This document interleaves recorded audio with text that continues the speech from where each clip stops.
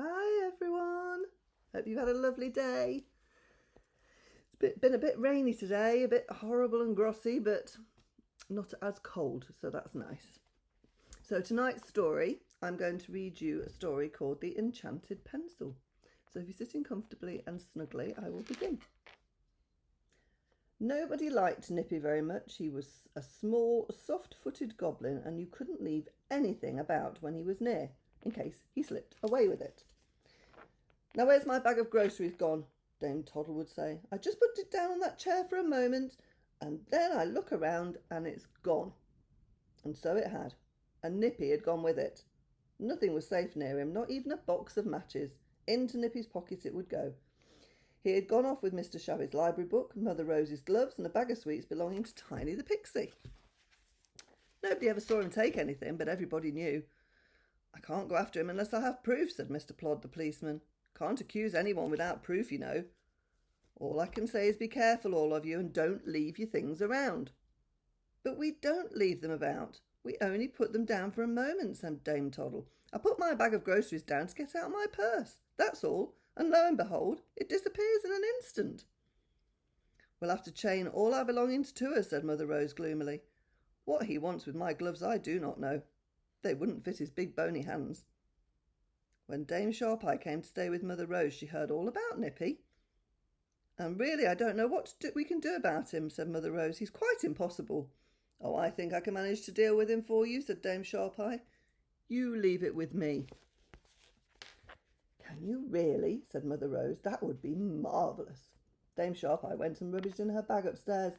She took out a little narrow box, rather long. It was a pencil, a most peculiar one.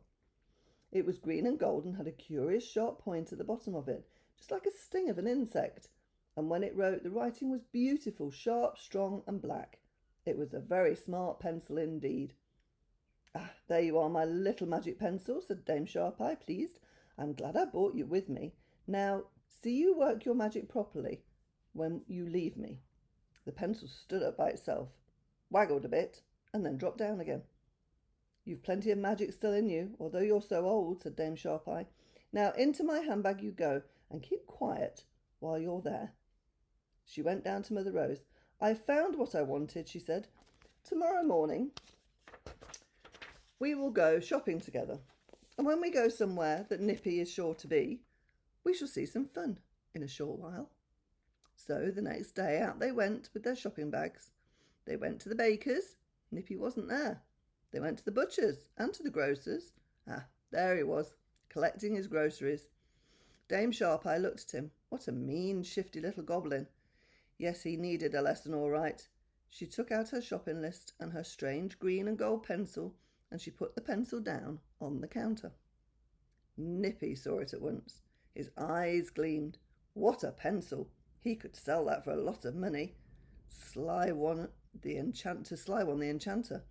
Dame Sharpeye bought a great many things, and then she took up her pencil. "Pencil, add up my bill," she said, and hey presto, the pencil ran itself down the bill and wrote down a sum of money at the bottom. Nippy's eyes nearly fell out of his head. Good gracious, it wasn't only an unusual, beautiful pencil, it was a magic one too. He really must get hold of it. Dame Sharpeye put the pencil down on the counter again and turned her back on it to look at some plums in a nearby box.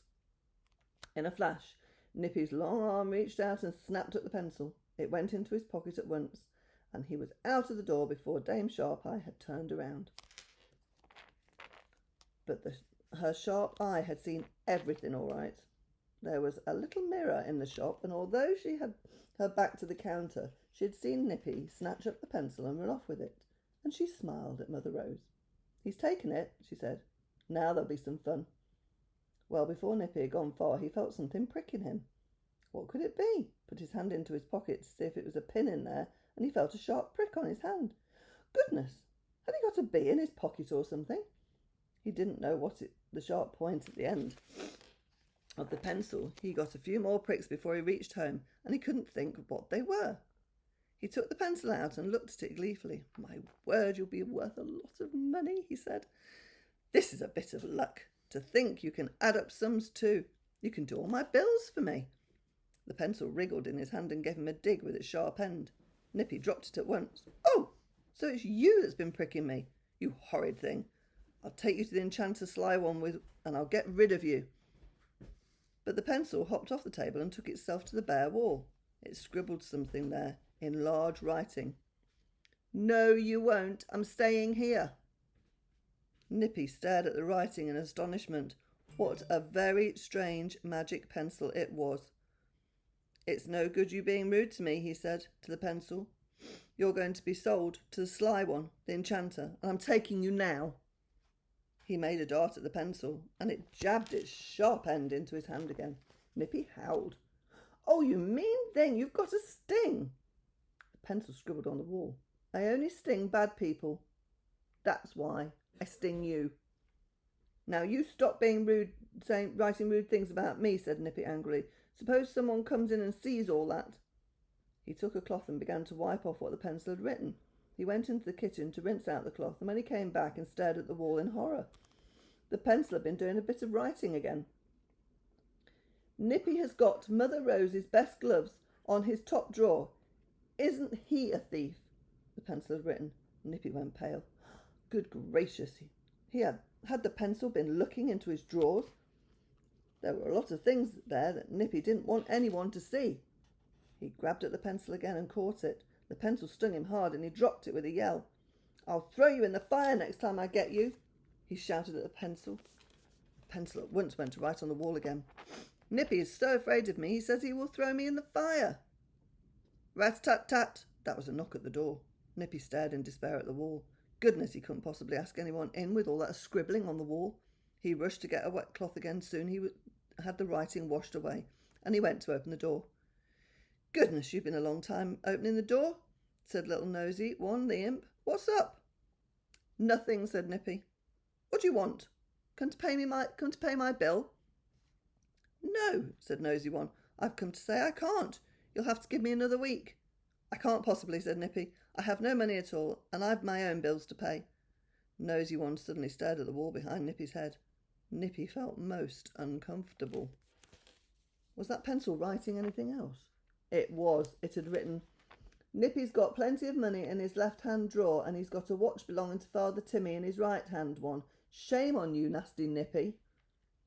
"Oh, it's that magic pencil," said the Nosy One in amazement. "Isn't it rude? Does it keep writing things like that about you? Have you really got Father Timmy's watch? Oh, I'm glad I haven't got a pencil like that." And out he ran to tell Father Timmy that Nippy had got his watch, and to spread the news that there was a very rude magic pencil at work in Nippy's house. Father Timmy was soon round there. The wall had again been washed clean, but the pencil was hovering about, ready to begin its scribbling at any minute. Nippy had tried swatting it with the fly swatter, but the pencil was really good at dodging. "Have you got my watch, Nippy?" demanded Father Timmy sternly. "No," said Nippy. The pencil began writing in such a hurry that the words went all crooked. "Oh, he's a storyteller as well as a thief. Look in the right-hand top drawer." Father Timmy pushed Nippy aside and looked in the drawer. There was his watch. He looked sternly at the goblin.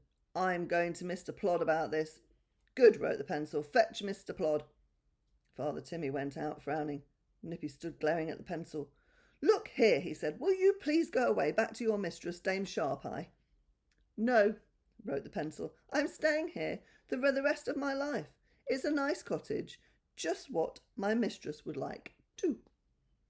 "Well, either you go or I go," said Nippy, and he hit out at the pencil again. It stung him and then wrote quickly, "Well, I'm staying. Goodbye." And goodbye it was, because Nippy didn't dare stay with all the enchanted pencil, and neither did he want to meet Mr. Plod if he came back with Father Timmy. So he packed his bag and caught the very next bus out of the village. "Where's Nippy?" said Mr. Plod when he came along with Father Timmy and Dame Sharp-Eye, who was expecting something of the sort. "Gone for good," wrote the pencil. "Splendid," said Mr. Plod. "It will be a good riddance to bad rubbish. Well, I'll search the house and see what stolen goods are here. Then we'll sell the furniture and give the money to many people Nippy had robbed." "But what shall we do with the house?" "It's just what I want," said Dame Sharp-Eye at once. "I came to stay with Mother Rose, to look for a house here, Mr. Plod. I want to live in this nice village.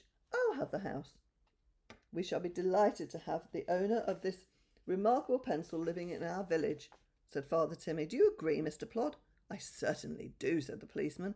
I am very, very grateful to you, Dame Sharpeye, for getting rid of that tiresome little nuisance. You shall certainly have this cottage as soon as ever it's ready. The pencil scribbled quickly on the wall. Hurrah! It wrote, 3 cheers. I like this place. Dame Sharpeye laughed. Well, Pencil, you won't be allowed to write on the walls once I'm living here. You'll have to behave yourself. And the pencil wrote, I will. What a clever pencil. Ooh, wouldn't mind one of those myself. It added things up and wrote things. I'm not sure about writing things on the wall, but it was an enchanted pencil, so that's okay. So I hope you enjoyed that. And I will see you again tomorrow. So I love you. Oh, and I love you all, but I just want to say thank you, Ruby, for my beautiful, beautiful heart for Valentine's. You made my morning. I love it so, so much. So thank you for that. So I love you, Ruby, and I love you, Max, and I love you, Atty, and I love you, Torben. You be really good. Sleep well, and I'll see you again tomorrow. Bye.